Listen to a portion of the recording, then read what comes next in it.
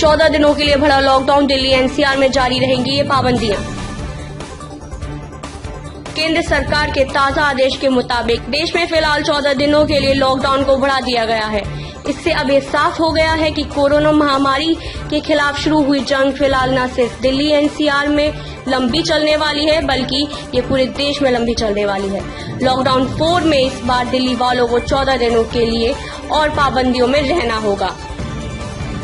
Lockdown 4 के लिए इस बार राष्ट्रीय आपदा प्रबंधन प्राधिकरण ने आदेश किया है।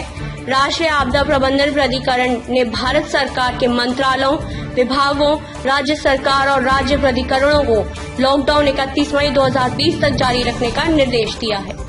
ये पाबंदियां रहेंगी जारी। सील रहेगा हॉटस्पॉट, बंद रहेंगे मेट्रो, स्कूल कॉलेज भी रहेंगे बंद। घरेलू और अंतर्राष्ट्रीय उड़ान पर रहेगी पाबंदी। होटल और रेस्टोरेंट रहेंगे बंद। होटलों को होम डिलीवरी की छूट।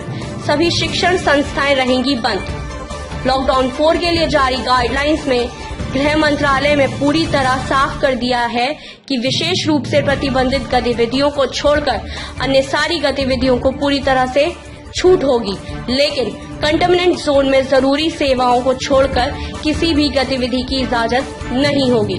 वैसे कंटेनमेंट जोन के बाहर भी राज्य सरकार चाहे तो जमीनी परिस्थितियों के आंकलन के आधार पर कुछ अन्य गतिविधियों पर रोक लगा सकती है।